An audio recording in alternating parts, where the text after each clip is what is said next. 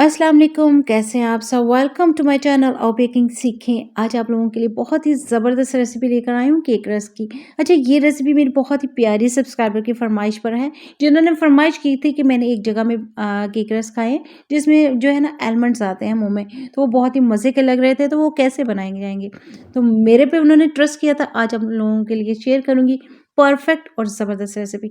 सबसे पहले हम लोगों ने ओवन को स्टार्ट कर लेना है। स्टार्ट करेंगे जी 150 सेल्सियस पे और इसको दोनों साइड से रॉड को ऑन कर देंगे। सबसे पहले इंग्रेडिएंट्स बताती चलूँ आप लोगों को। रूम टेम्परेचर पे रखे हुए 4 अदद अंडे, ऑयल, चीनी, आलमंड्स लेंगे और मैंने साथ में रोस्टेड जो है ना तिल भी ले लिए हैं। आधा कप है, बाकी तीनों चीज़ें जो फुल कप हैं। थोड़ा-सा नमक इस्तेमाल करेंगे और साथ में हमें वनीला पाउडर या वनीला एसेंस चाहिए होगा और साथ में हम लोग थोड़ा-सा बेकिंग पाउडर इस्तेमाल करेंगे। सबसे पहले हम लोग इलेक्ट्रिकल जग ले लेंगे और इसमें डालेंगे अपने 4 अदद अंडे, लेकिन मुकम्मल नहीं डालने हैं। चौथे अंडे में से हम लोगों ने एक जर्दी को रख देना है और सफ़ेदियाँ सारी की सारी डाल देनी है।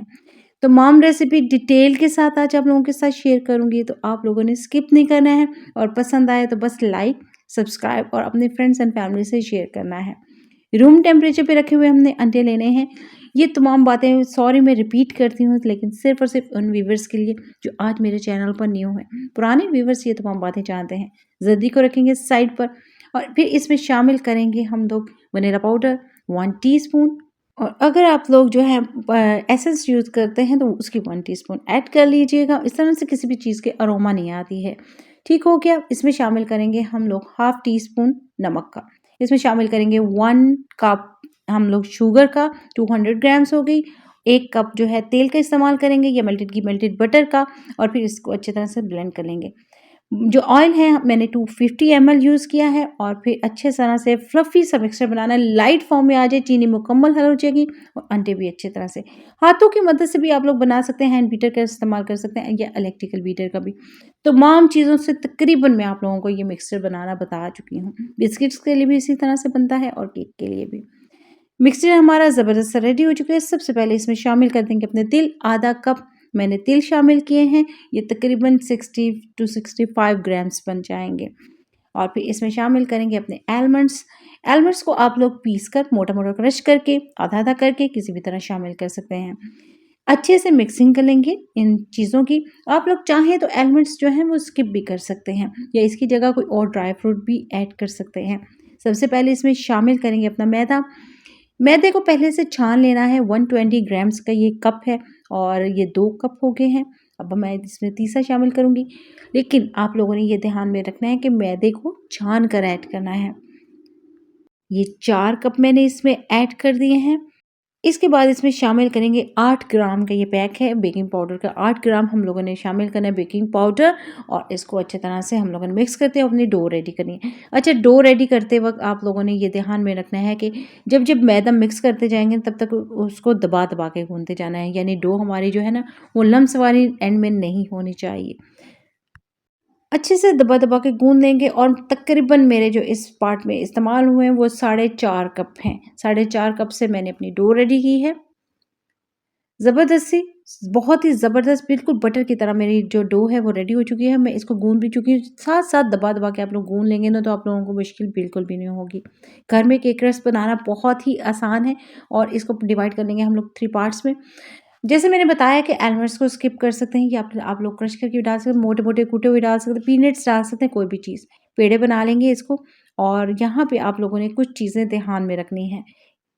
एक तो पहली बात कि खुले पंखे में इस डो को नहीं रखना, ये ड्राई होने लग जाएगी। तो आप लोगों ने फटाफट से इस्तेमाल करना है या फिर आप लोगों ने किचन टॉवल का इस्तेमाल करना है अगर आप लोगों का पंखा चल रहा है। ठीक हो गया? अच्छी तरह से इस तरह से राउंड करते हुए हम लोगों ने तमाम डो को रेडी करना है और ये तीनों जब तैयार हो जाएँ तो इस तरह से बेकिंग ट्रे में लगा देनी है। लेकिन फिर इसी तरह से इसको बेक नहीं करना है।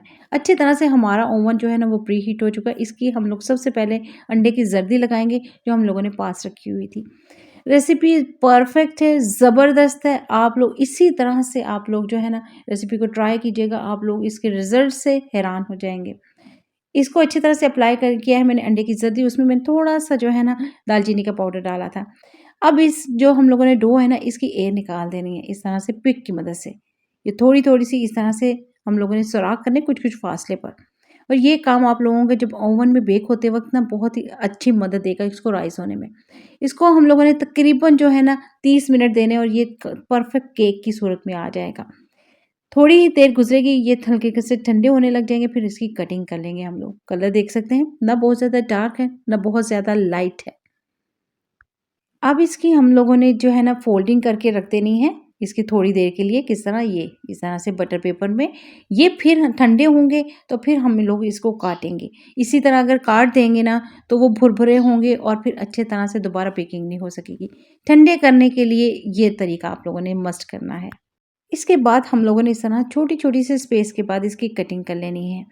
हम लोगों ने बेकिंग पाउडर इसमें इसलिए बहुत कम डाला था क्योंकि हम लोग इसको बहुत कम राइज़ करना चाहते थे। ठीक हो गया? इस तरह से प्रॉपर इसकी कटिंग करने के बाद अगेन से जो है ना बेकिंग ट्रे में लगा देना है और फिर इसको बेक कर लेंगे तकरीबन 10 मिनट के लिए अगेन से।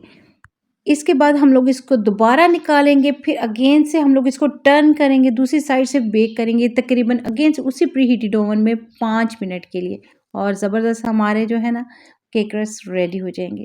बहुत ही ईज़ी स्टेप्स के साथ ये मैंने आप लोगों को केक रस बनाना बताए हैं। अगर आप लोग चाहें थोड़ी-सी जो है ना शेप जो है वो मुख्तलिफ भी रख सकते हैं। अगर आप लोग चाहें तो इसी शेप के साथ बना सकते हैं। बहुत ही खस्ता, बहुत ही मज़ेदार। मेरा नहीं ख़्याल कि इससे आसान और परफ़ेक्ट रेसिपी आप लोगों को कहीं से मिलेगी। अगर इसी तरह स्टेप बाय स्टेप आप लोगों को फ़ॉलो करेंगे, तो आप लोगों के ज़बरदस्त केक रस बनाए जाएँगे, जिसको आप लोग एयरटाइट जार में बंद करके महीनों इस्तेमाल कर सकते हैं।